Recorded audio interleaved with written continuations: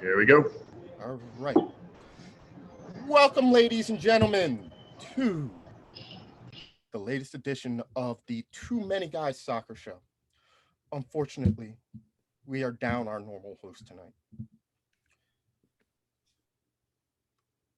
Mr. Stead is not with us. He's on the disabled list, injured back, return unknown. So, in his honor, we would like to raise our biofreeze, back scratchers, and anything in his honor in hopes that he will get better soon. And a moment of silence for our dearly departed host.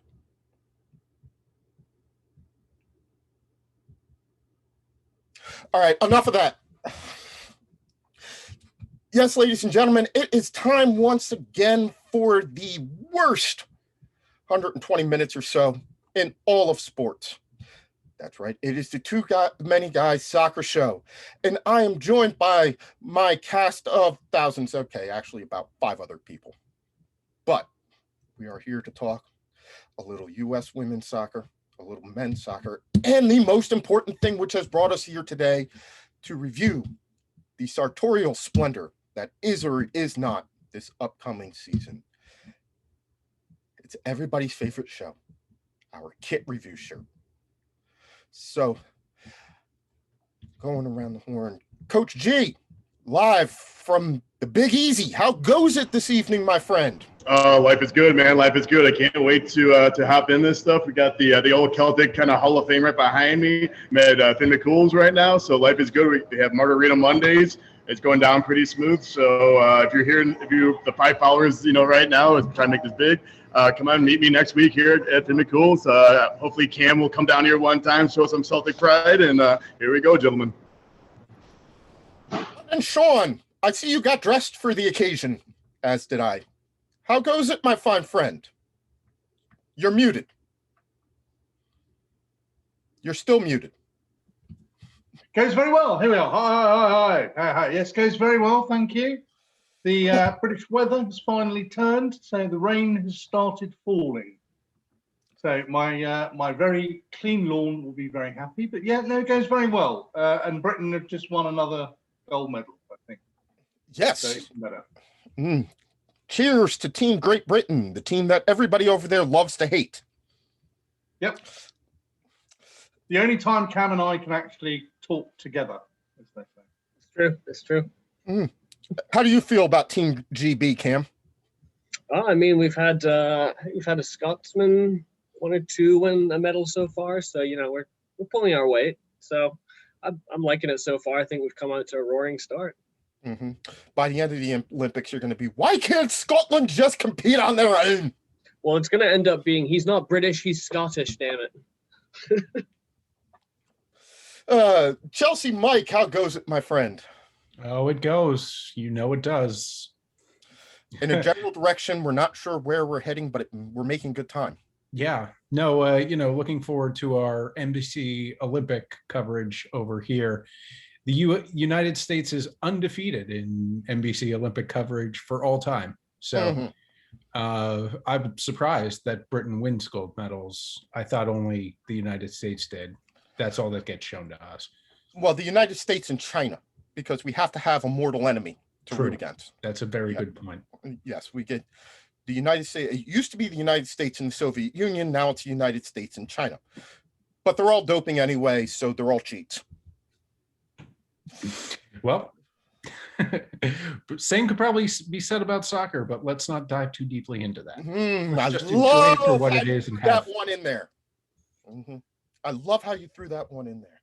Yep. And finally, last but not least, the artist formerly known as Byron Rob, currently known as USA Rob, fresh off very late night watching a very, very, very, very, very, very, very, very, very, very.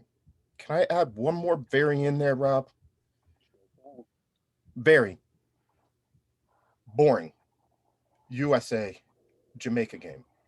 First, we had that problem that we spoke about last week where this game was televised starting at 10 p.m. So let me get my rant out of the way so that we can get on to bigger and better things.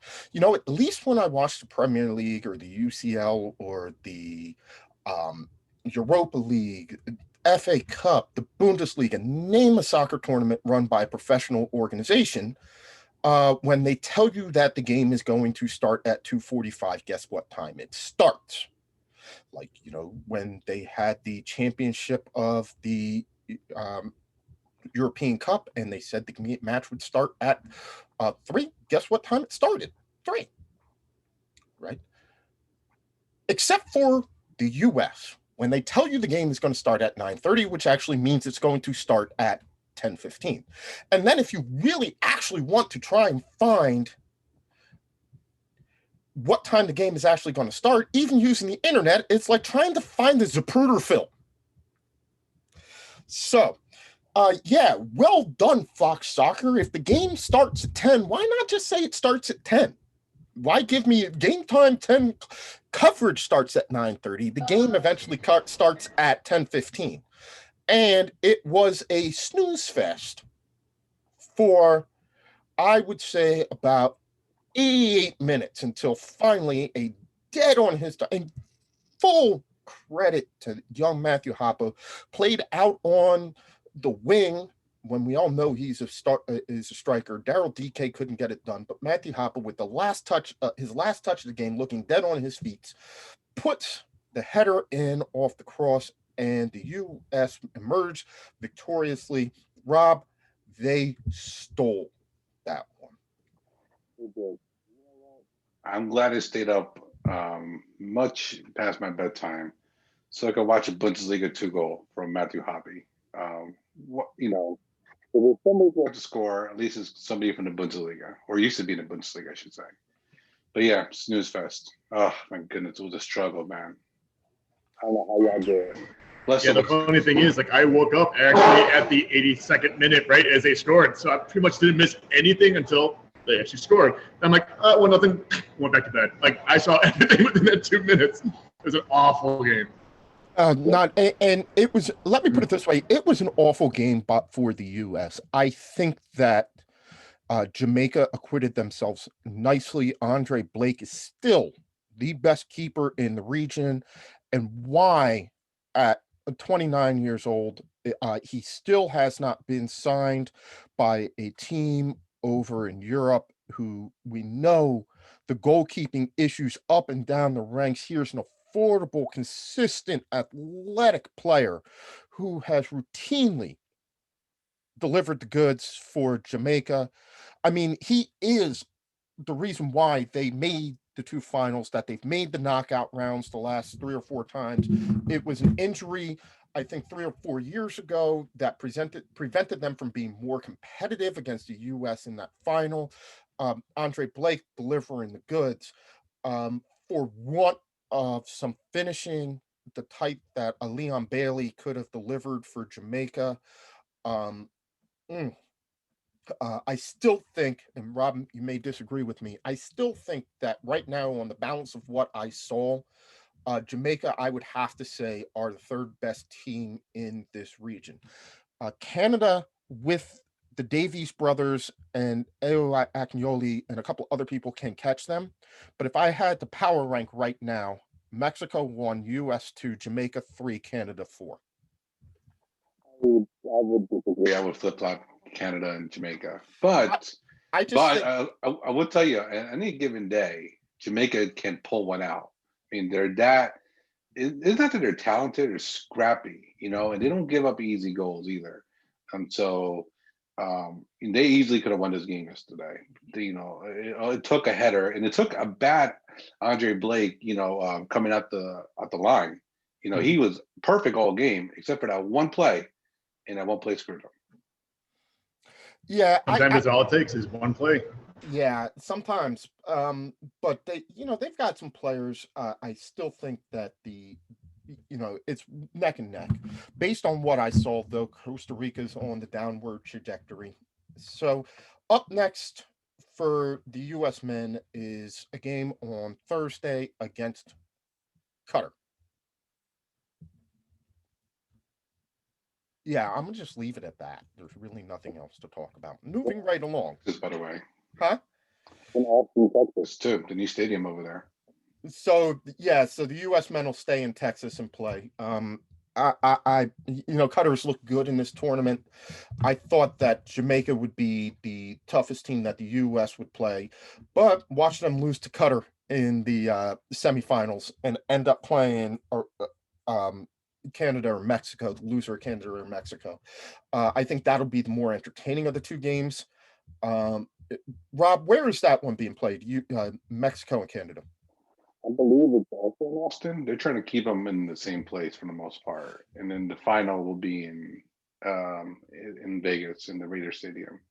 Okay, what they should have done was ship U.S. or Canada Mexico to Detroit, so that rather than being in a home game for the Mexican team, it could be a home team for the Canadians, because we're right up against it where the Canadians can come across the border again.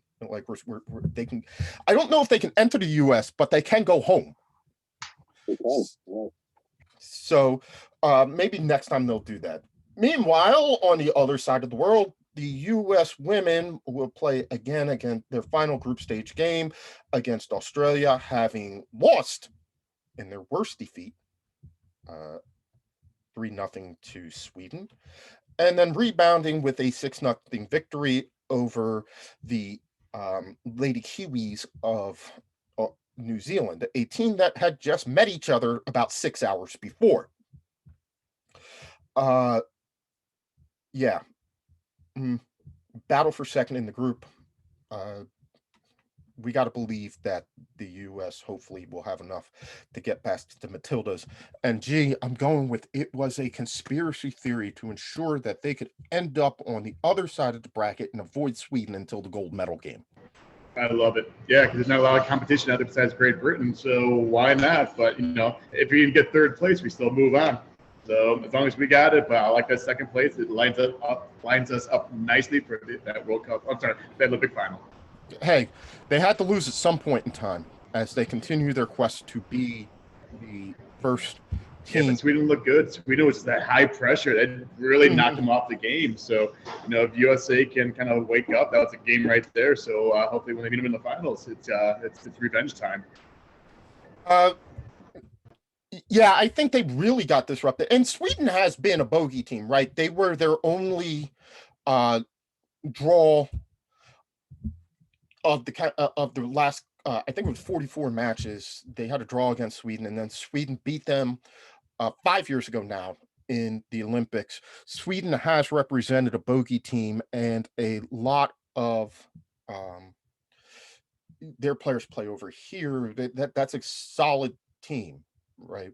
And so they are there on merit. I believe they were they knocked out Germany to get here, and then were knocked out by the Netherlands on Netherlands' way to the final. So it's not a bad loss for the U.S. women to start the World Cup campaign in the group stage, as long as they learn and Vlatko Andonovski learns the lessons that he needs to learn.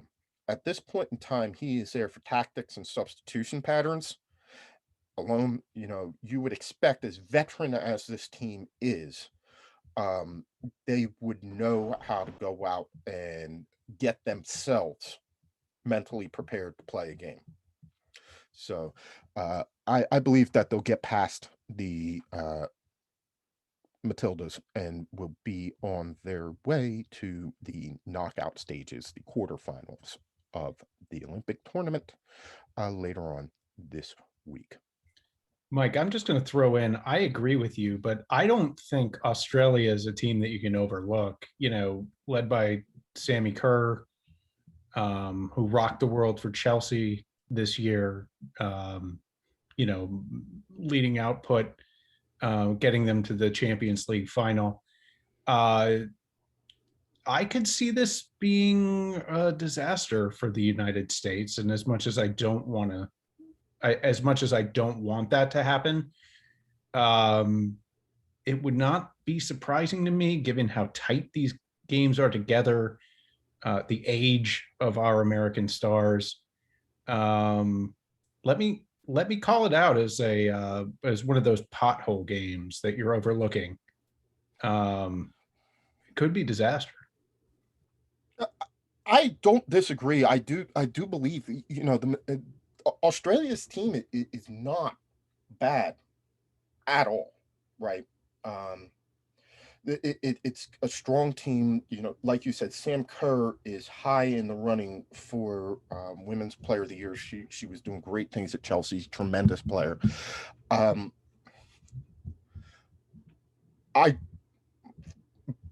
call me a homer. I just don't see them stubbing their toe twice in the same Olympics.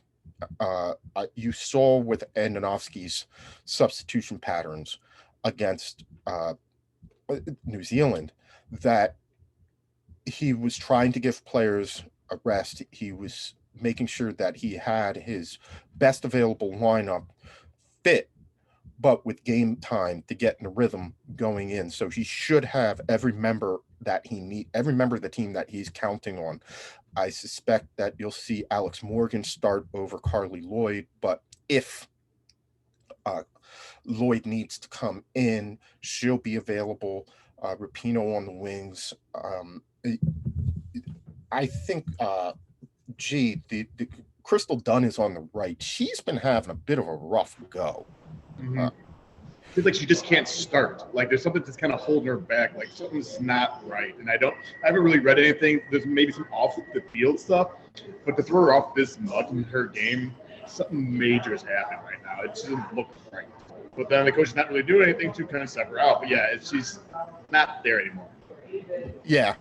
So hopefully she gets it right, because she's going to have a task against the attack of the Australian women, as Mike pointed out. So we'll be looking forward to that game in the next. And also, I think Like, can we were the coaches for the U.S. team, so they kind of know some of the tactics and the players and just kind of how they play. So I think Chelsea Mike might have something going on here. That this might be a game we might have to kind of worry about a little bit more.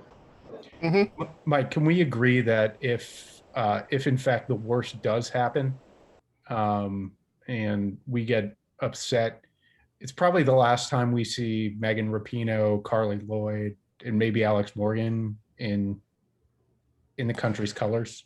I don't think it'll be the last time that we see Alex Morgan. I do think it'll be the last time that we see Carly Lloyd. She's 39. She would be in her, she'd be well past 40 by the time another cycle rolls around. Rapinoe is also up there, but she'd be more filling in that Carly Lloyd range.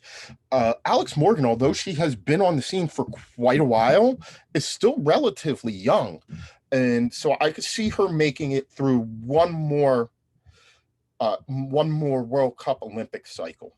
She's 32. She'd be 35 by the next World Cup and 36. No, she'd be 34 by the next World Cup. Remember, the next World Cup. Oh, that's right. Yeah, we're a year late. We're a year late. Yeah. So she'd be 34. She's still, like I said, she'd be the one that I think would be around, most likely to stay on. But look, that pipeline keeps churning, right?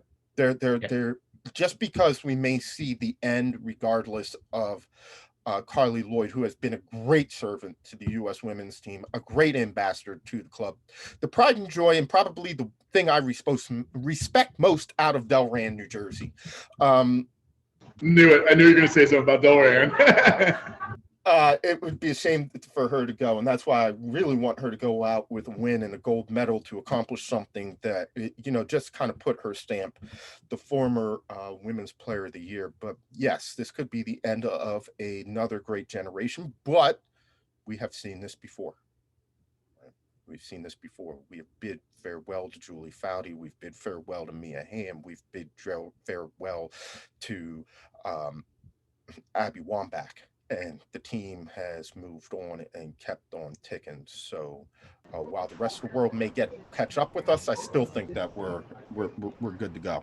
As far I think one thing that we're lacking from those teams is a goalie. Our goalie isn't really that stud of a player. We had Hope Solo, Hope Solo, but I'm kind of nervous about our goalie. I really am. Yeah, but that's like she's good, but not phenomenal like we used to. As Sean about how hard it was for the English team to replace Shilton when he left, or how hard it was for Arsenal to replace Jens Lehmann, how hard it has been for Man United to, well, Man United went from strength to strength, going from Van der Sar to Eddie, or David De Gea. But, you know, Don't sometimes forget, it's hard. Arsenal also had Seaman for a while, so you know that was a great player.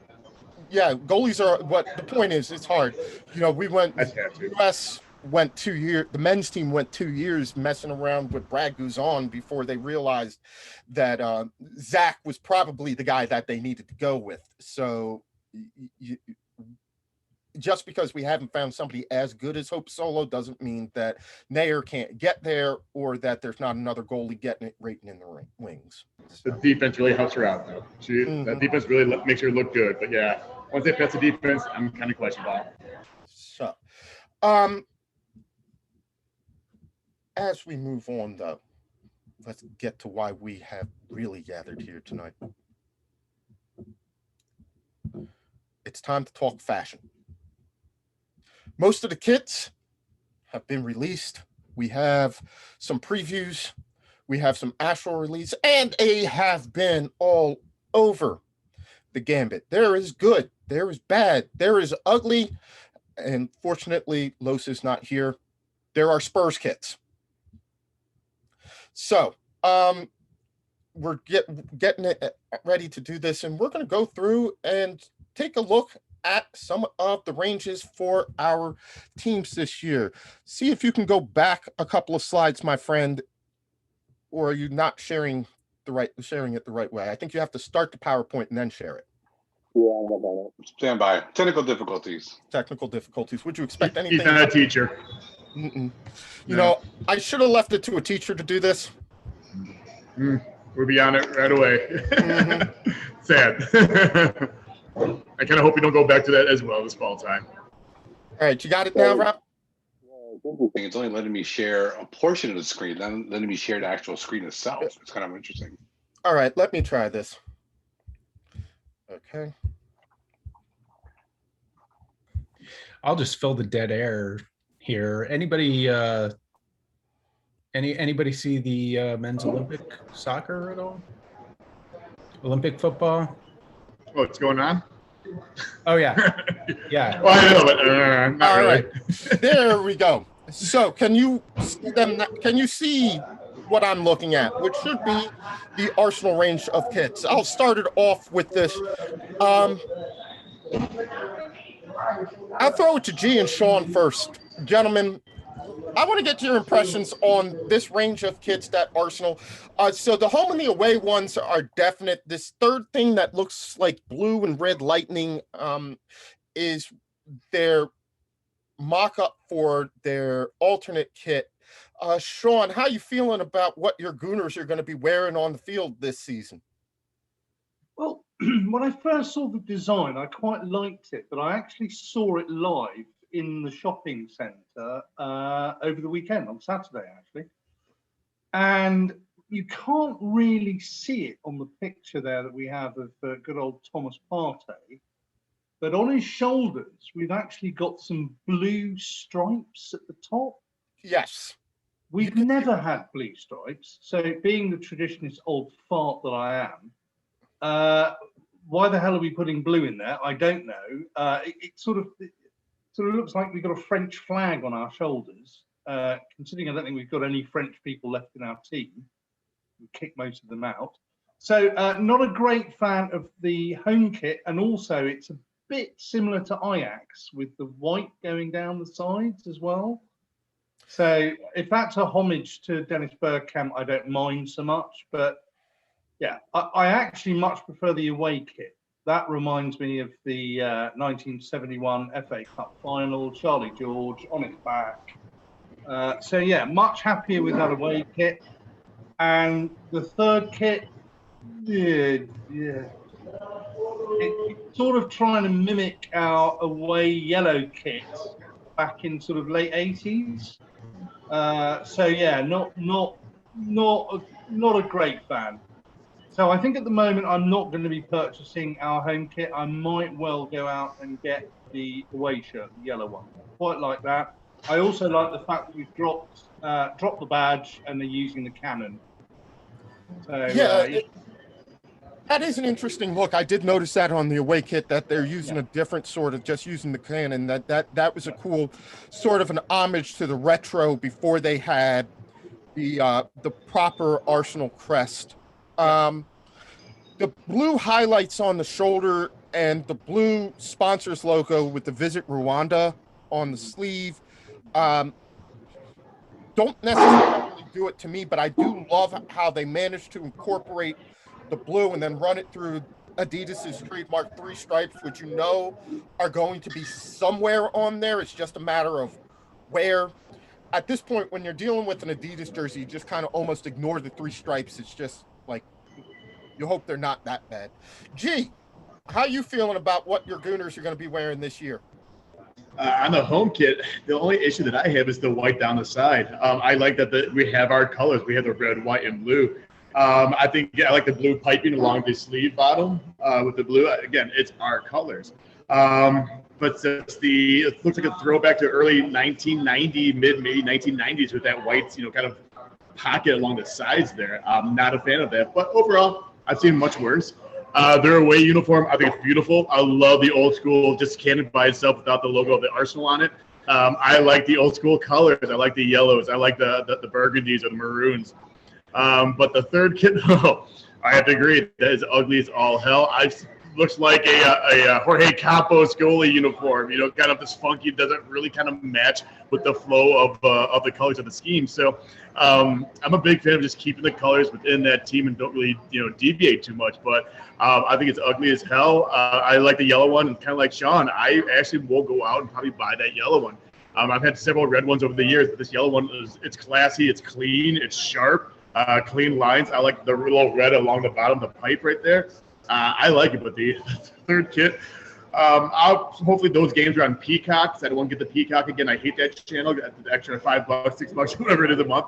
Hopefully they'll wear that uniform on those days. But besides that, overall, I'd give it a C plus, B minus for all 3 kits. It's a decent range.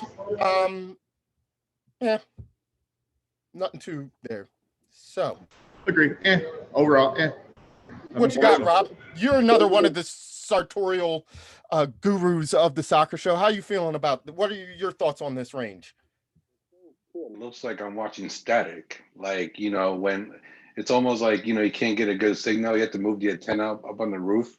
That's what it looks like. It is just. I'm just confused, right? And then yeah. Oh, and then you got like the red Adidas logo, which kind of like just sticks out a little bit on the third kit. But I will tell you, I will agree with Sean and G. The yellow kit looks fire. It's beautiful. It's simple. It's retro. It's clean. And I love the little red accent on the sleeve. Just a nice little touch of red saying, you know what, remember, the Arsenal color is red, but just a little hint of it. That's it. It's wonderful. It is. Whoever designed this, they need a promotion. It sometimes simple is more, and this is a perfect example of it.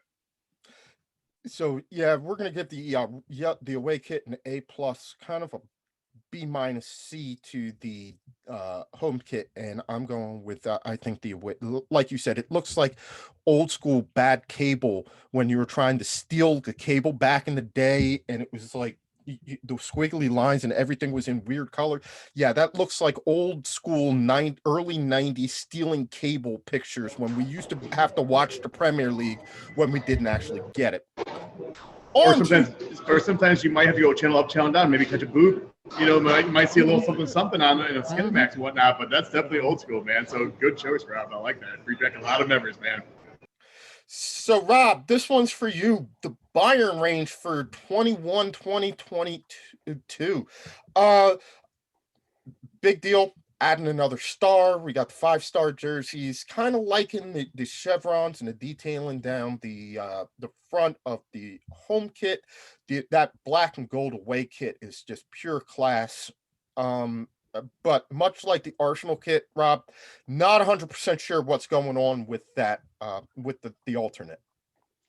So I just go through them, right? So the first kit, now as you pointed out, is the only kit this year that has the 5 stars, and it is a home kit. But typically the home kits are released first. The home kit was just released and officially announced a few days ago.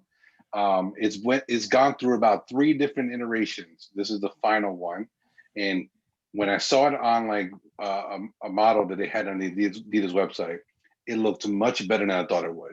I don't know if I'll buy it. I might just buy it because it had this 5 stars on it. But you know, it's probably I'll probably wait for the resale bin. I'll probably wait, till the prices go down a little bit on that one. The away kit, the gold kit, the one that they won the league with. They lifted up the Meisterschalle, and the one that Robert Lewandowski broke the record for goals in the Bundesliga season. I love that. It's class, it's regal, and also it goes better when you use the Bundesliga gold patch, the winner's patch, as opposed to the Champions League patch. So the proper configuration for this one would be Bundesliga patch on the sleeve, Club World Cup patch in the middle. So just gold everywhere, right? Now about the third kit. Now this is for the people who love the mountains, the Alps, or for us Americans, if you love Coors Light. We call this a Coors Light kit. So crack a cold one and watch some Bayern on 9:30 in the morning, or actually over there, it'd be mountain time, 7:30 in the morning. It will only be better. It will only be more acceptable if this one turned blue as you sweat. That was what I was going to say. Or if they're losing, do the mountains turn blue? But so look, this has been a running joke with this. So I can't wait to buy this kit, buy a can of Coors Light, and take a picture with it for the grams. This is happening. Okay. Yes, I think that you need that. This shirt should come with a can of Coors Light. I mean, it's the classic case with the ugly jersey, right? The detailing, the accents, the colors are pretty consistent throughout. It's just that mountain pattern. And, we've seen Adidas go some ways with some patterns in the last couple of years for third jerseys. That's where they like to throw out whatever it is that they've got hanging around. And they're like, yeah, we're just going to throw this up against the wall. I'm going to need to see that on the field to make a decision as to whether or not I like it, because that could easily become my favorite of the range or my least favorite, Rob. Like the black and gold one, that's pretty classy. It's a look I've seen them pull off. They pull it off well. That's going to be that's pretty simple. The red one can go either way, but that alternate kit, it has potential, but we need to see how it plays versus how it looks. And if they could only add that technology where the mountains, because it also looks like a really bad version of an MC Escher painting, not the Swiss Alps. It does. It so does. It's not even like fully colored in. Like I'm waiting for somebody. I'm waiting to see like a dude start climbing up one mountain and then end up upside down somewhere up near the shoulder. If I was a designer for this and I would make it work, the small detail in the back, I would put like a Bavarian guy climbing the Alps, right? Just a little guy right there with the Bavarian hat. It'd be so beautiful. Actually, at that point, it'd be beautiful to have. And the lederhosen. Yep. All that. Yeah. The lederhosen with climbing with a beer and a dog. And what you guys are saying, I just see the Price is Right. I don't know if you guys remember that kind of game show or whatever. Yeah. But that little Plinko. But I'm seeing what you guys are saying about that one guy in the back of the uniform. So keep on going. It's hilarious. Right. Mike, I gotta say, I think that their away strip is one of the kits of the year. I just think the way that they integrate the sponsor in, everything's gold. They won everything. Just that little sort of diagonal detail there on the stripes. I just love that one. Bully to you, Bayern. That's a nice kit. That's a great thing to point out, by the way. If you look at the middle of the away kit, it's a diamond shape, which is a Bavarian flag diamond as well. See, it's but it's those little details that make the kit great. Cam. It goes so well. It good, better. What in the world? Yeah, so I think I've noticed a common trend here. All these three, teams that we've looked at so far, it's very obvious that the third team kit has been made by the summer interns.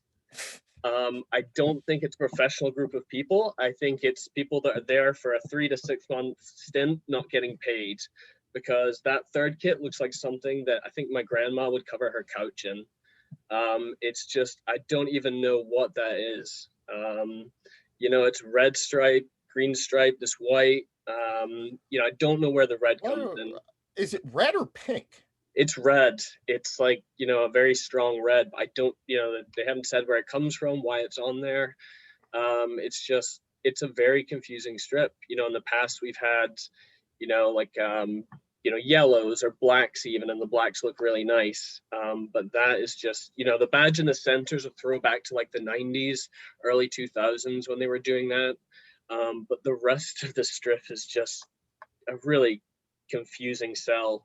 And I'll be honest, I don't think I've heard from a single Celtic fan that, oh, that looks amazing. I think everyone's either very confused or like, why is this on our website?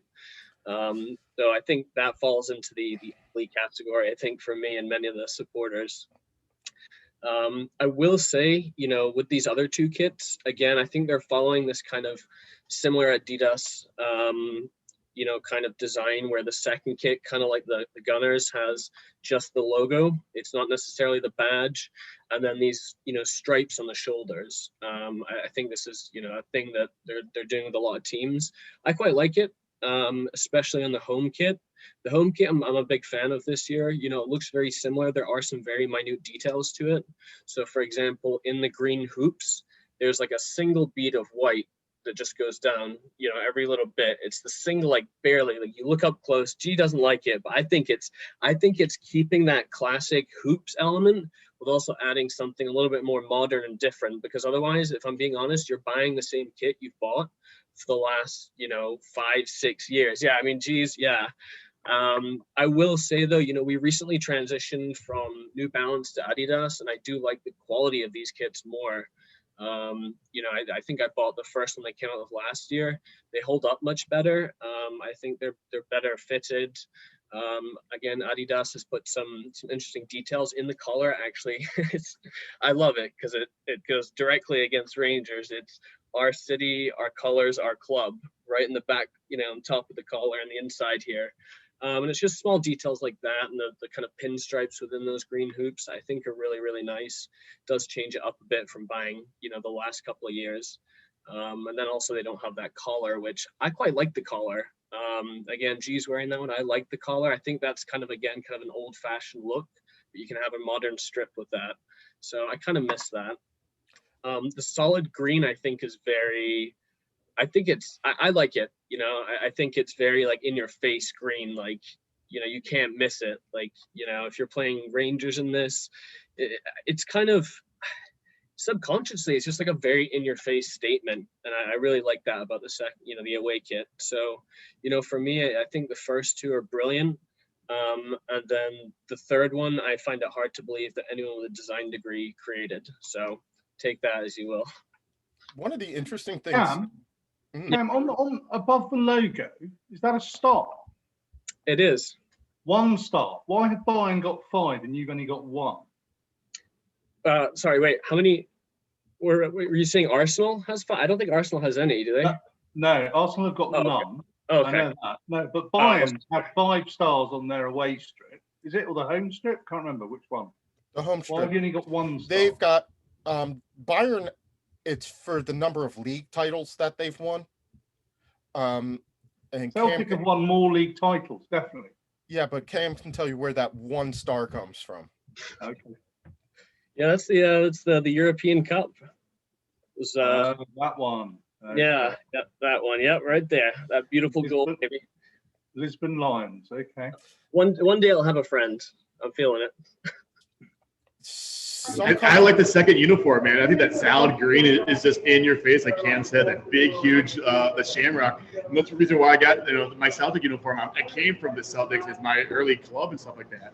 I think it's beautiful. I would definitely get that second one. I love that the Adidas is now the sponsor, but the first and third one, but that second one, Cam, you're spot on. I think it's sexy as all hell. Yeah, I think it's very different, and exactly as you're saying, it's very, that's something. If I just buy one of these 3 this year, I've got enough hoops. God knows how many. That green. Nice. It's a darker green. I love think the that darker green. we're all in agreement on the green one. But one of the things, though, that the only thing that bothers me about this range is I always understood it that, one of the things that you do is you wear one of the change kits when the opposition is wearing the same color as you would be, right? So why on earth would you have 3 kits that all have basically the same color scheme, right? Now, I know that they're not going to run up against too many teams whose predominant color is green, but I don't understand why, if the purpose of having a change strip is to wear it when the team that you're playing against, or, when you're on the road and the team that you're playing against has the same predominant color as you do, why would you go all the same color scheme? But I love the logo on that one. The green and gold in that way is the dark green and gold is the way to go, and that one is just it's just classy, and they did a great job. Like you said, Cam, it's hard when you've got this assigned thing that you have to do with the hoops, how much you can play with what you need to do. Yep. Sometimes you get what Celtic has done, where they've been pretty consistent, and they've been pretty consistently good with the hoops over the last, through Nike, through New Balance, into Adidas. Sometimes you get the same problem with like what Nike has done with Barcelona recently and messed around with the Blaugrana stripes. And I gotta believe that if Adidas or anybody tried to do that, like, could you imagine Celtic playing in vertical stripes at home? Like the uproar that would cause?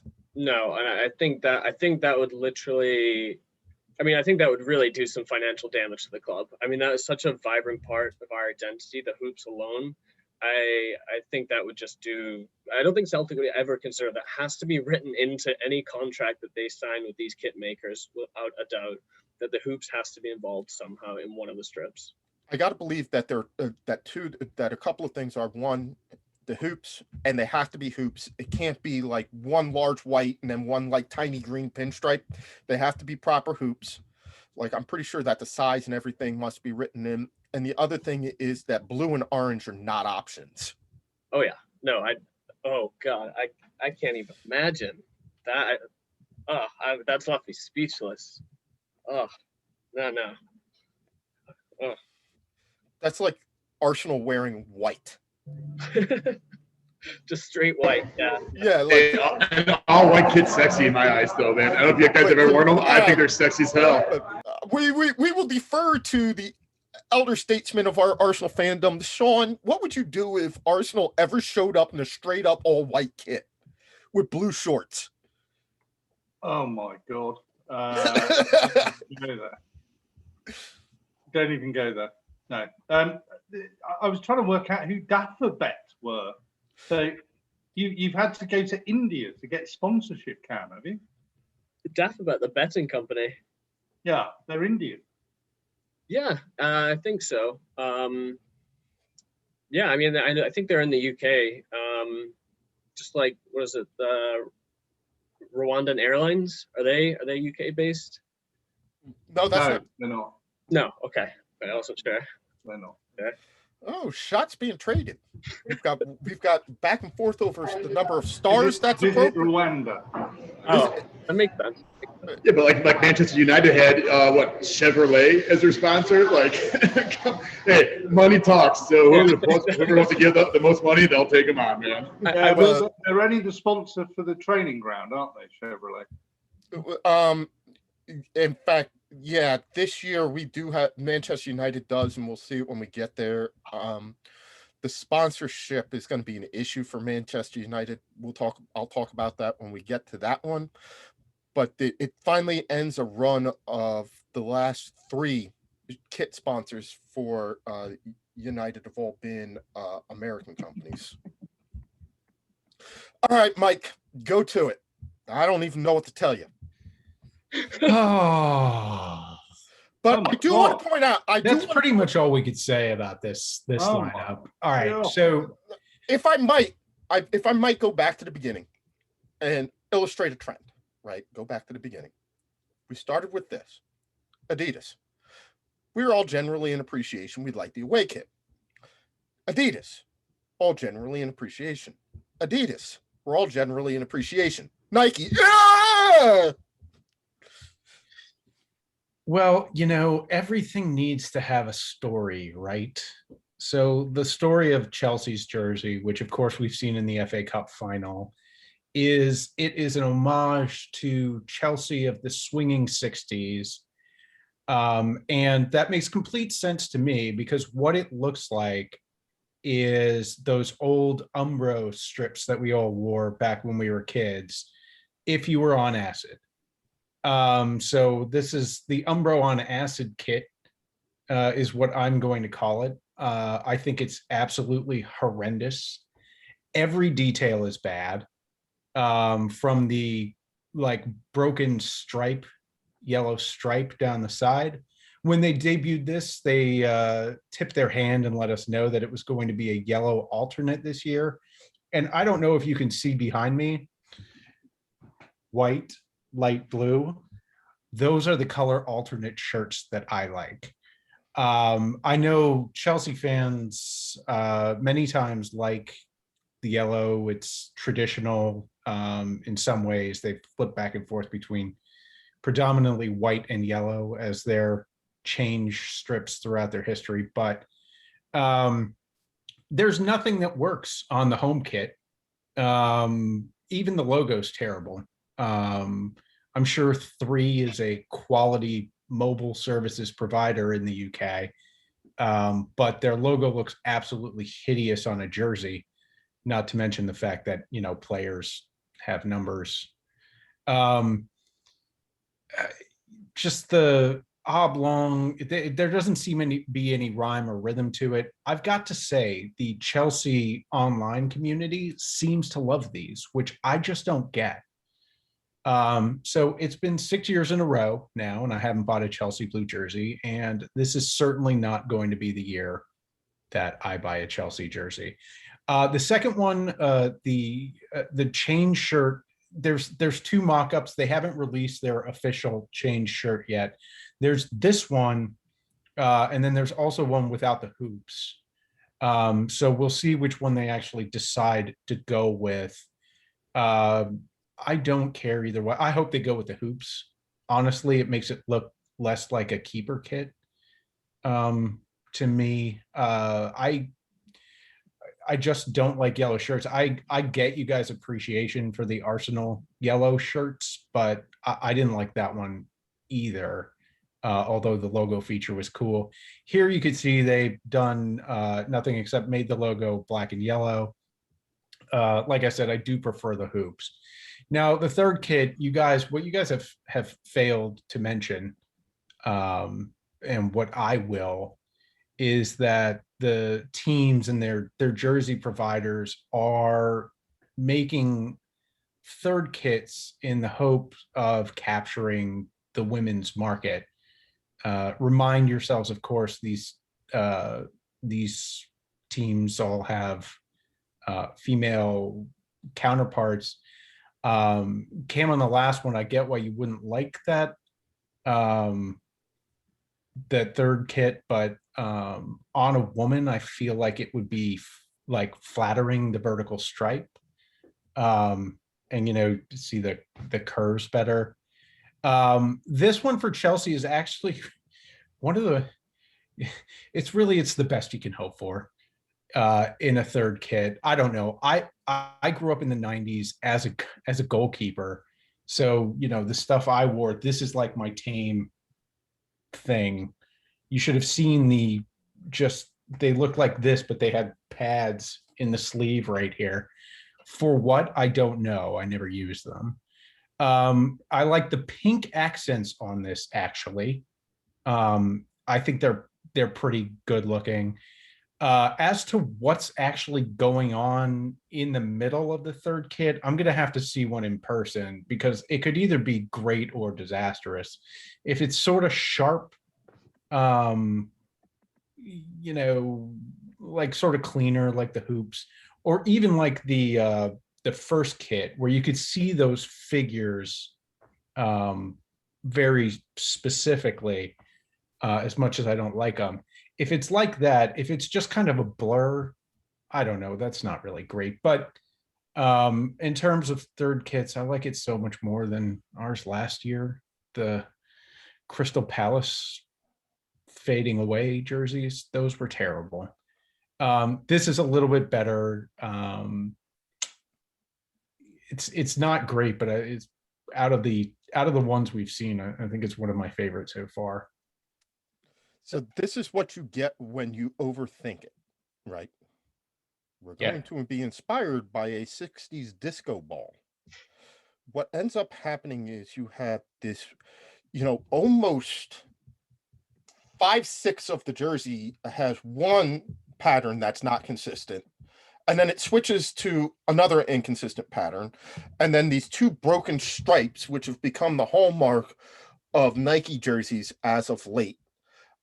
In a color pattern that I'm not 100% sure has anything to do with Chelsea because, I totally associate yellow with Chelsea. Maybe because they're trying to say that you guys are cowards. I don't know. How many trophy you guys win last year? How many trophies have you won in your totality? Gosh. That's a long time ago, my friend. Wait, are we talking about Tottenham because they've been one shit in what century are we in? Wait, sorry.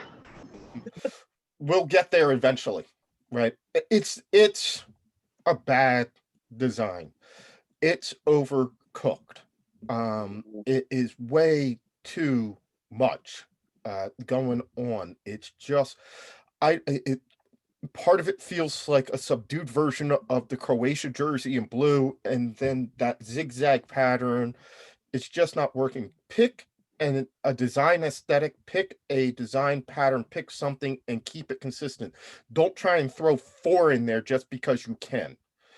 I've got to say, if I was an aging British mod who lived through those swinging 60s, I would be pretty insulted by how Nike chose to represent me on that shirt.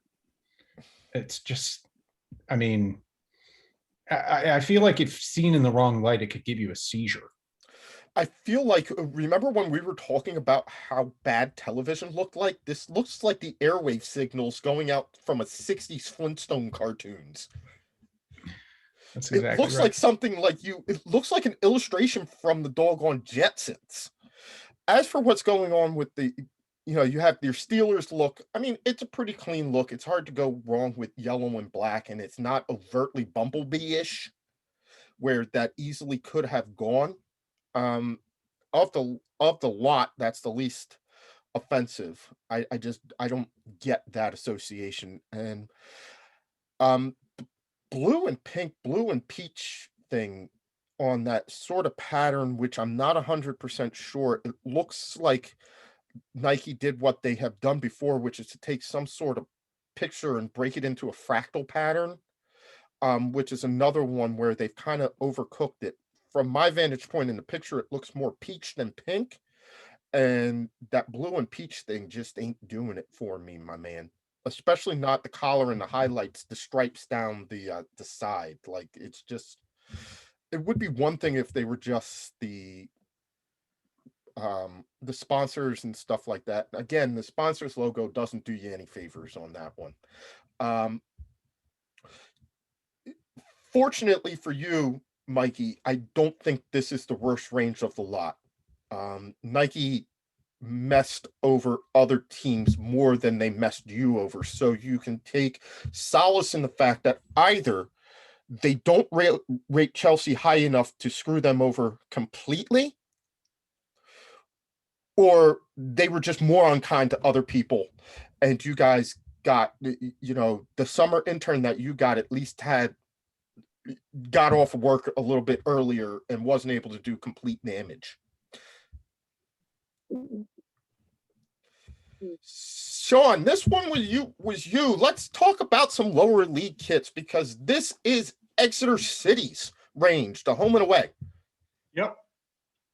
So normally I'm not a great fan of kits, although I do like our away kit. But I thought I'd put Exeter in because they're my local team, and being a proper lower league side, Mike, Exeter have never gone higher than what is now called League Two. They've been around since 1901. They've been in the same ground since 1901. And basically, they've normally had the kit as red and white stripes. In fact, I learned today that they originally had green and white stripes because green is the colour for Devon. But they changed the colour in about 1910. So yeah, I quite like that. I quite like that home kit, what they've done. We can't see too closely who the manufacturer is. Bit worried about the sort of pink socks on the away kit, but here we go. Looks like Joma. It looks what? Looks like Joma. Joma is the sponsor. Oh, is it? Okay. Not who else do they manufacture for? They've done some lower league teams. I remember they had Joma did Portsmouth for a while. They're popular with lower league teams. They also had Wolves for a while. Yeah. Oh, did they? Okay. They tend to do the smaller sides. Yeah. So I think I've mentioned him in the past on past pods, but this year we should see the breakthrough from Alfie Pond, who, as I mentioned, went to the same school as my son. He should break into their first team as a centre back. So if you ever see Chris Martin from Coldplay wearing one of those shirts, he's one of Exeter's super fans, the Grecians. We also might see Yuri Geller in one of those shirts, being a former director. Joss Stone, if you know of Joss Stone, she's another super fan. And the last one would be Aid Edmondson, who used to be in the Young Ones. So, but I quite like, I do like the home kit. I think that's quite unique. Has anyone ever seen like a full, because it's like a full red at the top, and then they've obviously kept the stripes, which have been traditional. Has anyone? I've not seen anything like that, Sean. I am a big fan, and I think the thing that I like the most about them is, like you said, they've managed to keep these affordable. So rather than needing a second mortgage to go out and get a kit, these are in that price range where it's actually reasonably affordable to purchase them from the club store. In fact, I might be having a look at getting one. I think the away kit is a little bit bold, how they went with the black and the pink highlighter look. We've seen teams pull it off. We've seen teams not pull it off. Yeah, it's interesting. I've just looked at the prices for all of the kits you've just shown. Mm-hmm. So the Arsenal kit is the same price as the Celtic kit, £65 each for the men's. And Chelsea, obviously, being in the posh end of London, have gone for a £70 home kit. These you can get for about £40. And they're even a little more dear when you try and order them over in the United States, where they're going for upwards of $129, $130. Are they? Yeah. So, the fact that they've priced them at around 40 pounds, y'all get paid in pounds, so we'll make a 1-to-1 equivalency and say I'd like to see more teams price their jersey. Philadelphia Union, DC United, all of MLS, price your jerseys at $40. I bet you they sell. But Hey, Sean, I want to say that the pink and black isn't that bad. So if this is your worst, man, I hate to see what's out there in the lower leagues, but the pink and black that actually go together. It's not all like weird shaped and weird patterns like Chelsea did. It's not that bad. It actually works in the home uniform. I'm a huge fan of the hoop socks. I love the black and white socks, man. Like that's one of my things. So, but the away uniform is not that bad. yeah, full credit to the Grecians. I think they did it right. See, now we get to make fun of British Will and Liverpool, and he's not here to do anything about it. Geez, I'm not sure what was going on. I'm not sure that I would have liked the Liverpool kits, even if they were the most immaculate thing. Leonardo da Vinci himself could have designed it. I probably still would have hated it.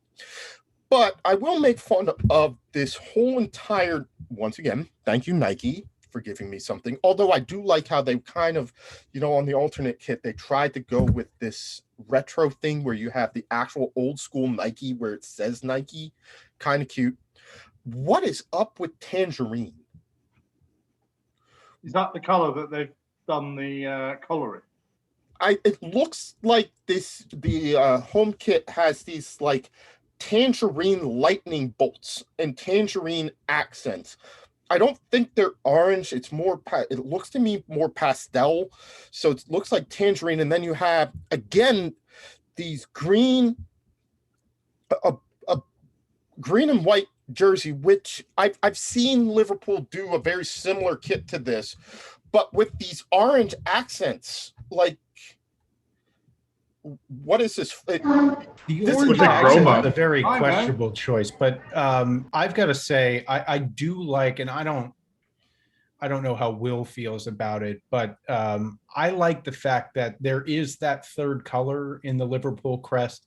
It is that green, and I appreciate the fact that Nike has been highlighting that. I overall rather like the second kit. I don't mind. I love a collar. I think the green, I think it looks very clean. And if my team's second kit was that, I would be proud to wear it. It looks good on a soccer pitch. It also looks good at a golf resort in the Florida Keys. It's a good point. And the checkerboard pattern around the collar. And I mean, I'm gonna be honest, G. You know what this is mean? You know what this is? This is like the uniform that the pizza delivery guy from Toy Story would wear. I see Croatia. I see the Croatian uniform all over it for whatever reason. It looks like it looks like something that I would expect to see on the cashier when I walked into Giuseppe's Pizzeria. Right? Or any Liverpool fan that loves their team that wears awful uniform. So either way, it works well for me, but it's bad. Maybe you know how Nike kept saying with the Chelsea uniform that they were channeling the 60s. Maybe they were channeling the 60s, when you would walk into the restaurant in the 60s and the waiters would all be wearing like the checkerboard hats and stuff like that and the aprons. Maybe that's where they're going. They're just bringing that other element into it. Maybe they were inspired by local restaurants and said, hey, we like your style. We got good service. So, yeah, it's an ugly-ass uniform, man. Yeah, I'm not a Liverpool fan, so I'm not going to buy it. They're really thinking about the working class there as opposed to Chelsea, which was 60s partying. They're looking out the Liverpool uniform for those guys who went to work while everybody else was partying. However, I say that I don't want to give Will ammunition. Yeah, I think the other problem is that we have seen in the past that yellow and bright red don't necessarily go together that effectively. Right. It's just something about blending those two primary colors together just doesn't necessarily work. It's too much. There is something about that makes me want to eat, though. Now that you brought it up, I am hungry. Yeah, it looks like I'm thinking, you know what I'm seeing more and more? I'm seeing McDonald's. But Mike, just go back a second to the away kit.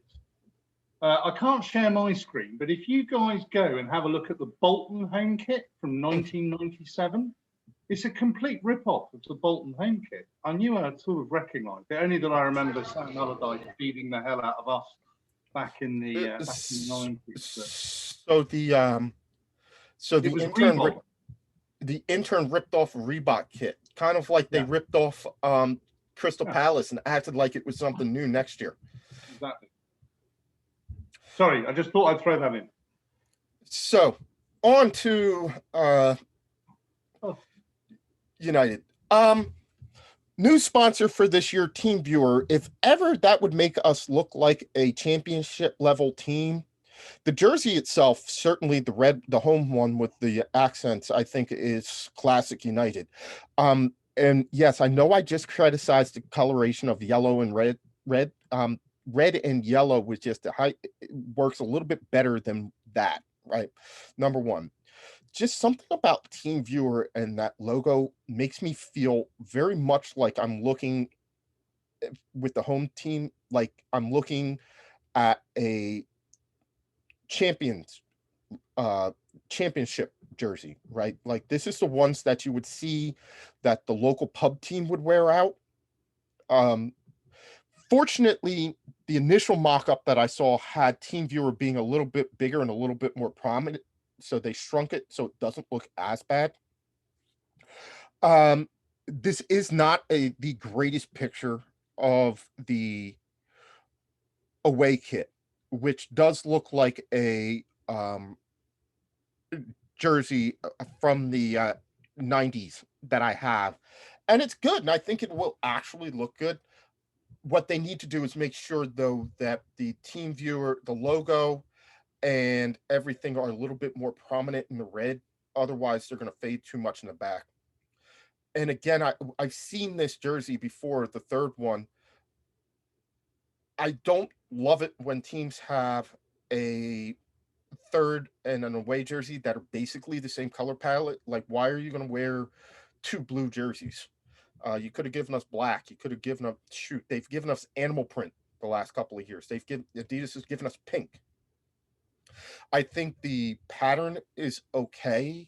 The collars are probably a little bit thicker. Go back to gray. Yeah. We've won and lost wearing a gray one. They haven't done that in a while. But remember, they finally did go back to gray a couple of years ago, and it wasn't all bad. It wasn't like the Sharp jersey that they tried where Sir Alex made them change at halftime because they were losing to Southampton and said they couldn't see each other in the fog. But I would probably purchase the away jersey, maybe get the red one if I see it on sale. I'm probably going to leave the third for someone else. I'm glad these are your kits because all of them are ugly. I think they're all ugly, even the home uniform. You got to get some black in there. That's so boring. That's so... I don't think it's seen that I don't think it's ugly. When you're away? It's just dull. I can put up with the away jersey. As long as they have the red top with the black shorts, that would help out. But just if they want red and white, white and red for white shorts with red socks, it's an ugly ass uniform. I'm glad that your away uniform is Man United, and it's an awful, ugly ass uniform. So whoever designed all of this and whoever picked this, bravo, because all three are just completely ugly. So this is my winner of all of them so far. No. Well, and I will say Adidas for the last couple of years have done some relatively out of the box stuff with the United kits, so I think they were going a little bit more plain. But even the peach one or that light tan, or whatever, I think it's a hell of a lot better than that blue and white one. That is quite ugly. It serves a purpose for today's show. Yeah. But it's not ugly in a way that doesn't make sense like some of the other ones. It's just like I've seen it before. It's not as bad as it looks. I've definitely seen better. I've definitely seen worse. But Mike, I've got to say, just on the Man U home jersey, it's like the polar opposite of the Chelsea jersey. It's not overthinking it. To me, I think your home jersey should be simple, and I rather like that. I'd be interested to see. I hope that they don't wear pants that match the away strip. I think they're going to wear white pants with a red stripe was the setup that I saw for that. Or they pale could blue. go with a blue They're stripe. they're not going to wear, and they very rarely do wear patterned pants. That's one of the things that we don't do, is wear patterned pants. They will put them out, but the team won't wear them. Kind of like last year with the zebra, the shot zebra kit. They had a set of shorts that matched the shirt, but the team never actually wore them. They just wore black ones. I imagine they'll wear a pair of blue. They're not going too far off. Yeah, well, if you thought those were bad, G, you get the double whammy. All right, so Nike, like with like you said, they didn't you can't overthink that. I mean, It's still Tottenham. It doesn't matter what color they are, whatever the uniform looks like. It's still ugly. But apparently Tottenham has gone out of this world and is now in the mind of Vincent van Gogh. And is channeling the Starry, Starry Night or the universe with this kit. Again, I think you're giving it way too much credit. I think one of Nike's designers' children spilled paint on a slide, and Nike was like, "Well, let's just go with that." And then the third one, someone backed their car up over the design. All right. Well, I hate don't. Tottenham, and I'm like, I don't want you to wear this. Like, please don't do it. I just think please. this is like where we could theoretically just like, this is a lesson in. I'm sorry, this is almost a lesson in what not to do. I mean, the coloration, the patterns, the everything. Yes, it does look like they're channeling goalkeeper kits from the 80s, which in the early 90s, but we make fun of those. Yeah, like, these look like very Latin American style, kind of colors and color schemes. Like, you really don't see that over in Europe, but maybe it's just a little influence with these. I thought the purpose of the goalkeeper's jersey at that point in time was so that they could be seen by everybody from everywhere. They were supposed to be garish. They were supposed to be hideous. You weren't buying them. Like, nobody goes out and buys a goalkeeper kit. Hence why I didn't include the goalkeeper kit. Yes, because you're weird, and we know this. I'm wearing one right now. Okay, you're wearing one from a time when you played. Are you wearing one because you went out and bought Kepa's jersey from the last couple of years? I have been looking for a Peter Cech green jersey for years, and I haven't been able to find one that's not like fake signed for $200. I mean, but any goalie uniform should never be green. And Mike, I sent you a bunch of those. Like, I hate when Arsenal and even Juve, their goalie uniforms are green. Why the hell they're green? Why not red, white, and blue? Like, yellow or maroon? Like, come on, Arsenal. I used to love it when they would make a goalkeeper jersey for Juve, because whatever goalkeeper jersey they made for Buffon never wore. He would just wear whatever jersey the team wasn't wearing that day. Like, they would make these elaborate goalkeeper jerseys for Buffon for both Italy and for Juve, and he never wore them. He always wore whatever their alternate kit was. He was like, I'm not having it. I'm part of the team. I'm going to look. Which I love, because the goalie should also represent the colors of the team, somehow, some way, but it doesn't have to match the exact. But when you're having green in Arsenal, green in Juve, seriously? So anyway. So I can't tell whether this is an interpretation of a painting. Let's start with the away one. I can't tell whether it's an interpretation of a painting, an interpretation of like the solar system. My question, or if somebody got sick one night and that was what was left in the toilet after they went on a bender. But my question is, when they play a game and they've got the colors up, Arsenal is red, and then Tottenham is, what are they going to do here? Are they going to throw that solar system up there? Are they going to put black? Are they going to put blue? I don't know. Blue. Saturn emoji.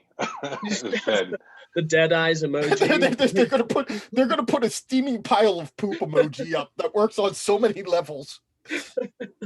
Well, I mean, there's no doubt that the designer for the Tottenham away shirt was on a better class of acid than the one for the Chelsea shirt. but Definitely. Sean, Yeah. I'm not sure if I want to be on what he was on or she. No, that's very true. That's very true. I'm not sure. It could have been a better class of acid, but there's sometimes where there's like, I'll have what she's having, and there's other times where it's like, nah, man. No. Yeah, don't take the brown acid. Whatever you guys by do, the way, do not you've gotta- take the brown acid. You've got to take your hats off to Daniel Levy, obviously trying to pay off the stadium as quickly as he can, because that plain white shirt is £105. I think the funny thing about that Expensive is toilet paper. the thing that's most remarkable about that is, like we talked about how United's jersey was kind of plain. This almost looks like you could go out and print that stuff on a Hanes Beefy t-shirt and it would look exactly like the Spurs jersey, right? Like you could go out. I mean, the people in the Far East have got to be loving this right now, because this has got to be the easiest jersey on the face of the planet to fake. All you need to do is go out and get an Amazon Essentials quick dry athletic shirt, press AIA and the Tottenham logo on it, and you've got the kit. Yeah, who needs a sweatshops? We do it right here in America. I may start to, but do we even want to attack this proposed alternate jersey?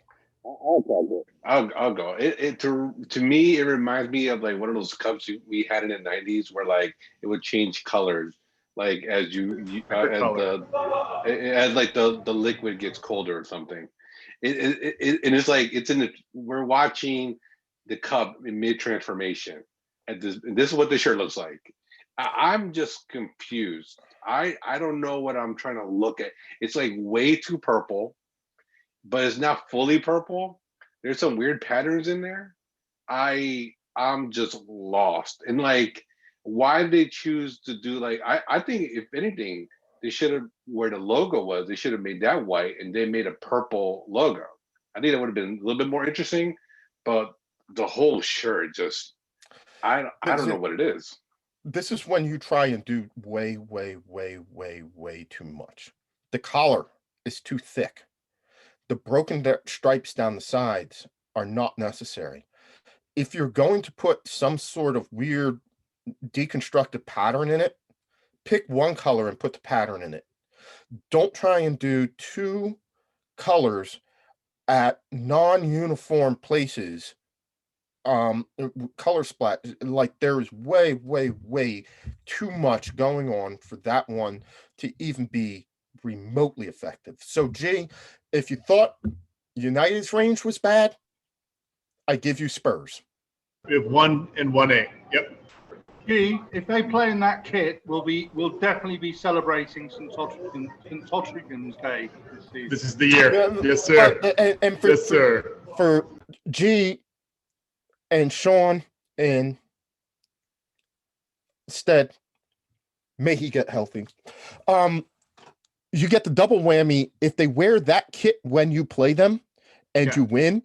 Not only do you get to rub their face in the fact that you beat them, but you get to rub their face in the fact that you beat them while they were wearing an ugly kit. And please believe they're going to wear one of those when they play Arsenal, because that's like the highest profile game that you can pick to imagine. And they're going to, we can't wear our normal kit because it's got that white. Arsenal's got that white stripe, so we need to break it. So you're going to see one of those two when they come to Emirates to play you guys. Game day 6. We haven't got long to wait. There you go. So that wraps up the teams from England. We got a few left from other places. Ranges that are good, ranges that are bad. So we're going to start with one, and I know Rob sent this to me, that I think is just about the best. The whole line for Ajax is just on point. Much respect to the Three Little Birds, Bob Marley. I don't know the connection. I know Bob Marley was a soccer fan. I don't necessarily get the connection between Ajax and Bob Marley. Oh, come on. What? Of course you do. Okay, yeah. What do you do in Amsterdam? Okay. And don't say drink the tea, because no one drinks the tea in Amsterdam. Or do they? Well, I'm loving the Rastafarian element to this one. If you look closely, they made some changes to the logo, and so it's how Adidas had changed the logo for Arsenal's and Celtics away. They did it with the home jersey, and it's actually a little bit more of a complicated picture of Ajax, the great Grecian hero, than it was normally. And G just turned female, so now I'm really, really worried. So, yeah, I'm feeling this. Go for it. Can I say I absolutely love the away, and I just want to point out to Inter Milan and to Nike, Inter Milan, this is what your kit is supposed to look like. Make it look like this. That's all you need to do. Yeah, it might be a dark blue there, make it black, but just do that. That's all you need to do. I did not put Inter Milan's snakeskin kit in here. Yeah, if you haven't seen it, it's not striped. It's like snake skinned the blue and black. It's terrible. Yet again, but I think that's an awesome. The whole Ajax setup is just awesome. The only thing that is a little weird is kind of like the bib effect on the red stripe, how it kind of goes up over the shoulder. I don't know how. I can either go here or there with that, but Rob, maybe an homage to the Greeks, some of the Greco-Roman wrestling, like that kind of. I don't know, but I mean, I like the whole range. I like the change on the logo. Again, with the Ajax, there's not a whole lot you can play with. That's what they're going to wear, and that's how they like it. But I mean, just they get full A for the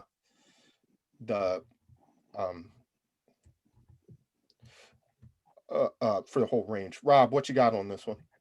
Well, I'll start, down the line. The home jersey, classic colors, classic logo. I'm curious to see how they, like you said before, how they incorporate the red. Does it go all the way down the back? And Mike said it best. The away jersey is pure internationale. Or if you want to go a little lower down the table, Atalanta. It is. I like it. It's classic. It's chic. The stripes are wonderful. I love the combo of the blue and black. But my favorite, and I cannot wait to buy this. I'm actually, if they don't have any, I wear 2X typically, depending on the shirt. But if they don't have 2X, I will lose weight to wear an XL for this Three Little Birds third kit. And I noticed it's a kid show, but I have the sneaker that goes with it. And it's an Ajax sneaker. It has the Ajax logo here, and it has the Three Little Birds on the back. I have been saving. I bought these in New York City at the Adidas store there. A friend of mine tipped me off to them, and I was in the city. I will not be wearing these until this shirt comes out. I cannot wait to buy this thing. This is wonderful. If you are into, not only if you're into kid fashion, but if you're into Bob Marley and the Rastafari movement and all reggae music in general, this is a must-have. It's probably my favorite kit of the year. It's wonderful. I cannot talk more good things about it. I love it. I love it. I want it now. I'll be looking for those shoes. This is definitely one that I will be buying. Gee, I like the other version of you better. Yeah, it sounds like it's a popular choice. I don't know where she went, but yeah, it sounds like y'all want her back. So, I think she's better looking than I am. So She got the brain in bronze. I don't know why the hell she's with me, but yeah, man. When she comes back in here, I'll try to bring her back on. She's maybe a little bit more sober than I am. Mm-hmm. Now, sometimes teams steal from other soccer teams. I'm pretty sure Nike stole from the Rajasthan Royals kit last year, which is why that is down there. Because it looks like for Atletico's away, all they did was do exactly the reverse of the Rajasthan Royals Indian Premier League cricket uniform. Yeah, it is. I mean, anybody else but me see that? I do like the home kit. The away kit suffers from something. Yeah, there's that fast food restaurant feel to it. But a couple of you, I think it was Rob and G, both sent me the Atletico home jersey. That sort of the brush stripes on the white are what makes that one great. I actually also sent this one in, Mike, and I actually am not a fan of this home jersey. It, for whatever reason, I mean, I know we're making jokes earlier about like a child making it, but it looks like paint spilled on it. It literally just looks like, you know, at the end of the match, they got into a fight, you know, punches were thrown and they kind of bled on each other. I don't really, and it's not that huge of I feel like a deviation from their other jerseys in the past. I don't really understand where the, like, what kind of that adds to the jersey or the reason that's on there. It just, again, looks like, you know, a small car with red paint on its wheels drove up and sprayed some, you know, red paint everywhere. I don't really. I saw this, and the vibe that I got from it was mom did a bad job washing this. Okay. And the colors bled? Yeah, the colors bled all over the place, and now you've got to look like that for the whole season. All right, Rob. You know what? Has Cam ever seen a Diego Simeone team play? I mean, it's all physical. Of course, there's blood on the shirt. You know, when you step into, you know, their home, you know, the fans are roaring in. You know, you better pay the price. And the blood is a symbol they look. You could bleed on me, but I won't tell because there's blood already here. You're not supposed to pre-add the blood, right? You're supposed to get it in the game. You're supposed to. This is how they play. Rough, physical. You know, if you're going to win, it's going to be 1-0, and that's it. That's all you're going to get. And you're going to get a black eye. You're going to get a couple bruises, and you're going to leave your mark on the shirt. He said black eye, not black guy. The blood to me should be organic, not factory made and pre-printed on the shirt. That's how I like my football blood. And then the kid on the right, I don't know. I mean, like, it's too much. Or too little. It's weird. It clash. I think that's who's to buy this? I think that's the overall feeling I get from it. The red and white stripes clash with the blue, and you know, those highlights. You should have just chosen one, not tried to go with both.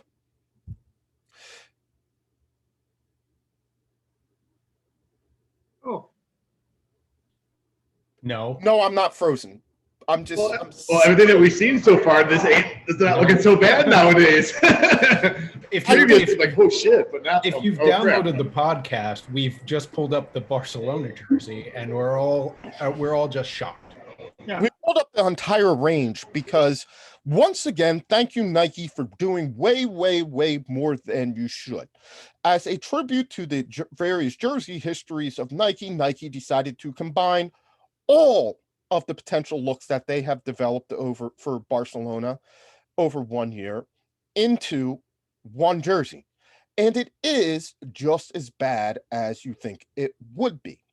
Why Barcelona continues to allow, and you know, we talked about this, Cam, when we talked about Celtic, and they've got to have some sort of approval over whether they're going to allow this. And Footy Headlines is pretty good. Like, I think they allowed these to get released early. You know, normally towards the beginning of the calendar year is when we start to get hints of what these might. And this came up, and I was like, no. why can't they just allow them to wear the uniform like it's supposed to be? I know that they've played with the widths of stripes. They've gone big stripes, little stripes. They've gone hoops. You've got the cross. You've got 4 different jerseys in one. And just like you think, trying to put 4 jerseys into one jersey is not going to work. They're trying to save money, Nike, aren't they? Because that second shirt is the same as the Tottenham one, apart from a different logo and badge. They've just bought millions of white shirts, haven't they? It's the US's kit. It's England's kit. All they did was put a different badge on it. Yes. Yeah, all they do is go to the warehouse and look at holy shit, we still have 1 million of these uniforms. Who can we sell it to? It's just garbage. It's all just recycled over and over again. It's all this is Nike, Adidas, Joma, all that stuff. It's just garbage. And question: all of these kits are trying to put Sabutio out of business. Mm-hmm. How the hell can you get that kit on the Sabutio players? Seriously, that Barcelona kit. There's no way they'll be able to replicate that. My question is, again, I know they're looking for female jersey buyers, but why is the logo pink? Yeah. But the stripe is red? That just doesn't make any design sense. The other thing you also got to remember is there's Senyara jersey, the one that they wear with the Catalan flag, has not been released yet. They've done that every year or so recently. I don't know what that's going to look like, but geez, if I'm a Barca fan right now, I just threw up a little bit in my mouth when I looked at these. The third kit's not that bad, though. Of all the third kits we've seen, I actually prefer the third kit over the first kit. That was their home kit. I'm pretty sure I'm pretty sure that's just the Chelsea home kit from a couple years ago, and they strapped Probably highlights on it. No, you know what it is? It is the design guy's kid put all of his toys in blue paint and shook the toy box shook the parts over the jersey, and that was what you got, right? It looks like a cross in between Chutes and Ladders and Operation just fell out on the shirt. Or a college intern and say, hey, we won't pay you for your rights, so we'll just take this and keep the millions ourselves. So yeah, either way. Now I've gotten on Nike for copying designs. It is clear to me with Juve's away jersey that they basically just copied Man United's home jersey from last year in black and did that. But whatever this alternate catastrophe is, you just feel like it should be banned. There should be a law against that. Them and Inter Milan both have the same kind of weird, nasty ass colors and whatnot patterns. So I don't know what's going on with Italy right now. It looks like a cycling jersey. It does. It looks like something you'd wear on the Tour de France. And you know what's funny? I've seen them wear a blue and yellow away jersey before, and well, when Nike did it, it actually looked good. Not like this. There are these stars and little subdued accents along the stripes in the home jersey that make it a little bit more interesting. But the change to the Jeep logo, the 4xe, is just not doing any favors to any of them. So I'm not really. I'm getting like Parma vibes when I see the third shirt or Boca Juniors, either one. It does look like a deconstructed Boca Juniors jersey. Yeah.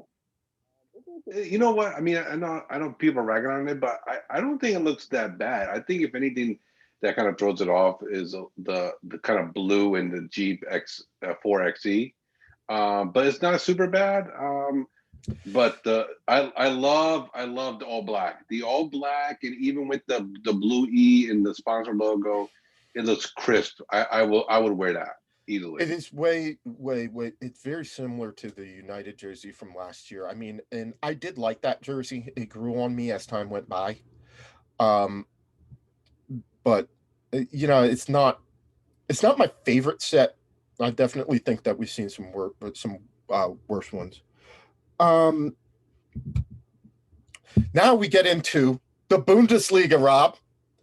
I believe this is Augsburg that I had to pick on a little bit.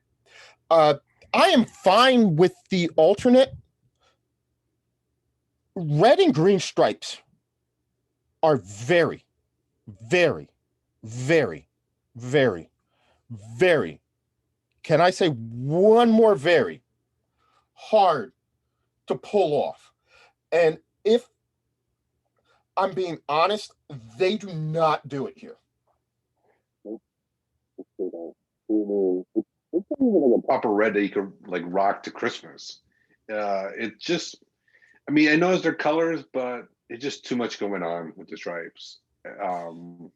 You're right. They just can't pull it off here. They don't. The only team that really does it and even comes close to somewhat doing it well, and I don't think they do, it would probably be one of the more controversial choices for jerseys that I like because a lot of people hate it, is Fluminense from Brazil. Like they do, but even their red and green stripes are typically broken up by a white stripe of varying sizes. They come the closest to pulling it off. This is I see Christmas elf gone wrong. It's the socks that the Christmas elf wears. Yeah, but it's like Christmas elf got knocked on its side. The subdued squares on the away jersey are not bad. Like you feel like, you know what though, this looks like a precursor to what Nike's going to do if they haven't already done it with the Croatia jersey in a little bit. I haven't necessarily followed all the Croatia jerseys, but they're going to have one that looks like that for Croatia. And I actually kind of like that away one. The black, it's hard to go wrong with a black with a pattern on the sleeve. Yeah, third kit's probably the best one. You're absolutely right.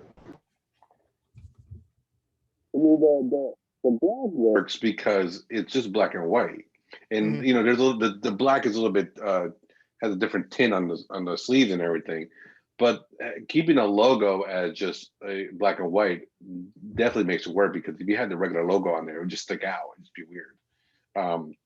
So it's just a much cleaner look, and I definitely hope they wear it because I think it will look good on them. Yeah. Keeping with our Bundesliga theme, the team that everybody loves to hate wearing jerseys that everybody loves to hate. Ladies and gentlemen, I give you RB Leipzig. If you thought that the Cam, if you thought that the Atletico jersey with the pre-made blood, this literally looks like it survived the slasher flick. Yeah, paintball tournament. And blue, so let's start. I'm going to work from my right to left. Number one, when will we learn blue and hot pink don't work? I understand. I've always been a fan of the navy and hot pink. I think that they should wear that 98% of games. I'm not a fan. I'm not a fan of hot navy and hot pink, and that is definitely not working for me. Your Fiesta design in the middle, not doing it for me. At least there's some consistency, Nike, in between how you did the away jersey and the home jersey. But in both cases, I'm thinking this is a epic. Yeah, no. It looks like somebody. The first thing I thought of, remember when we were doing the our first ugly jersey show? And we had the Grey's Anatomy jerseys. Kind of reminds me of this. It looks like that jersey where somebody got purposely did one where it looks like they got cut on the side or something and disemboweled. Like, no. Why did we do this? Because again, it was in the warehouse and like, crap, we gotta sell this crap. So who can we give it to? I guess, Leipzig said, hey, we'll take that on, but it's awful. We've seen this before. Also, it's very much the same. It's almost the exact same design.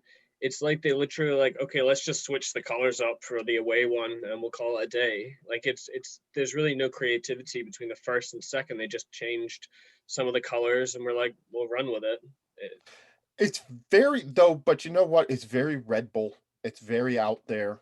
It's very, we're going to go out, we're going to try something. I could see where this would appeal to maybe younger fans. You know, it's definitely Yeah. on brand for Red Bull. Us, middle-aged people and whatnot, this is not our style. But the younger crew, the younger people, that might be their kind of their style. So hopefully they'll sell it. But I don't. Through our eyes, it sounds like we're more traditionalist. So this is definitely not up our street here. The away team looks like the colors of all the different Red Bull flavors. That's probably what that is, for all I know. But the navy blue on the away is actually not bad. I kind of enjoy that, but there's too much of a mishmash of colors. And then the home jersey. I mean, I don't know if this is a home jersey for Leipzig or San Francisco because it looks like a Richter scale. It's like the earthquake is coming, and Leipzig is trying to tell us it's coming. The big one is here. And the alternate, I mean, it's not. It's like a. You know what? I would be okay with it if it was like a glow in the dark hot pink. But other than that, no, it doesn't work. And even the white sleeve at the end, it's like just stick it out there. I don't like it. And the pink stripe on the side too. It's no. But this pink stripe actually says RB Leipzig. You kind of overdid it there. All right, Mike, you gave us a couple of examples of the good and bad of the lower leagues. Lower league football. It's where you get some of the good and the best. I nominated this one up. The one on the left, you got West Brom there. When West Brom came up last year, they sort of wore those weird stripes that they were sort of mishmashed and off. It almost looked like a lower league kit. I know that their tradition is just the plain stripes, but I really like what they did there. I think it looks really good. Uniform. Nice kit, yeah. Mm-hmm. I like the wide stripe. I like how they did the stripes. I like how it's even got sort of the red highlights. I think the red was a good addition. Full on you, Puma, for putting out a quality kit for a lower league team. It was easy to go one or two directions in this. Now, I didn't get a look at the back, but I'm feeling like I think that's a good kit for the Baggies. First Puma kit we've seen? First Puma, isn't it? Yes, it is. This is the first of each one of these brands. All the other ones have pretty much been either Nike or Adidas. Right. Lower league football. Gotta love it. Mm-hmm. So next I give you the Port Vale away. Port Vale down in League 2. But I really like this kit. I believe I sent their home jersey as one of the worst. You sent. I think you might have sent. I didn't remember whether that was a bad one or a good one. Whether you. But so we'll see this one. This one right here. It's all black. It's got the sponsor's logo is actually here, made silver and darkened, as well as the Araya logo and the crest. But you gotta love the collar on this. I think that's just all in all. If you're gonna do a black kit, I haven't seen too many with full collars. I think that's the way you do it. It looks a lot like the blackout kit that Borussia Dortmund wore. What was it, last year or the year before, Rob? Oh, it was last year. Last year. The only what they've done though by putting that collar on, I think has really made the difference. A black on black kit like that it can be tough to pull off, but when it's done right and it's done classic like that, yes, I understand it's just basically a black polo shirt with a logo and a sponsor's on it, but it still looks good.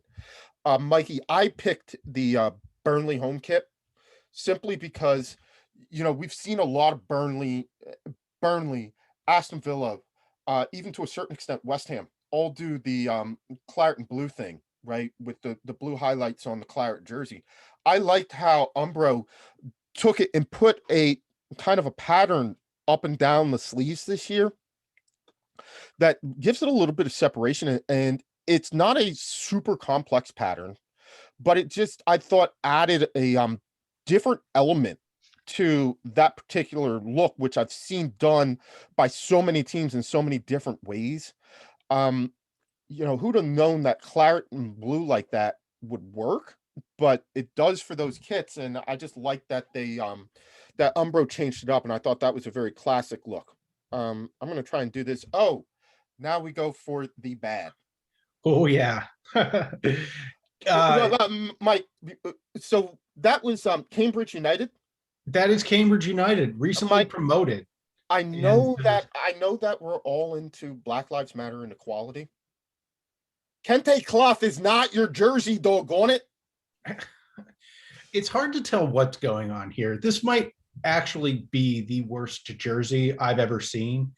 I think probably the design element is made to make it look like a scarf, like a tribute to supporters. I don't know. I did not get the backstory of the Cambridge jersey, as no jersey should have a backstory. It should just look good as it does. But what they've done here is they've mixed matched very narrow horizontal stripes with broader wide stripes. And the result is something that, I don't know, maybe they're going to, scare off their new League One competition. Just confuse them as to which way they're going. But utterly, this is one of the worst kits I've ever seen. And then, that was one of the worst ones until I saw Bristol City's. Yeah, the Bristol City. So this is a keeper kit, and I put this in here to say, like, if I showed up and they were like, "This is your kit," I would quit the team. I mean, there's not a lot. There's not a lot right going on here. You've got the psychedelic. I guess, I don't know, maybe acids come back in fashion recently. I don't know, but the psychedelic design's just utterly terrible. Then you've got the shoulder chevrons up top there that they've kind of blended out so that you don't see them, but that's the kit maker's signature look. And then, not to mention, you've got Mansion Bet with their enormous red thing in the middle that you can't see. And it doesn't work. It's just, it's absolutely horrendous design. And someone should have been like, "Hey, our sponsor, you can't see it." I'm pretty sure that I'm pretty sure this was inspired by a Dr. Seuss book, the illustrations in a Dr. Seuss book. Like, you swear this is the landscape from that the Onceler lived in or something like this. Remember the sneeze. I picked the Nottingham Forest jersey. Nottingham Forest has one of the classic kits, logos, everything. And you guys have already expressed you're okay with the pink and bluish purple violet combination. I'm not okay with it. You may like that, you may not. It's definitely not my favorite, but I was putting it together, so I got to pick what I wanted. Well, the red just doesn't work there. You're right. Nottingham Forest, classic red and white jerseys. This, I don't know, Let the Sunshine In. It's like you're opening a door and it's pink. You're right. That's really, really bad. So, Mike, before we go, let's talk about one of the best jerseys in the MLS, just because we can. Yeah, you gotta love this. Oh, beautiful. The gold, the powder blue. hearkening the colors of the early Philadelphia flag, the UCLA colors. We love it.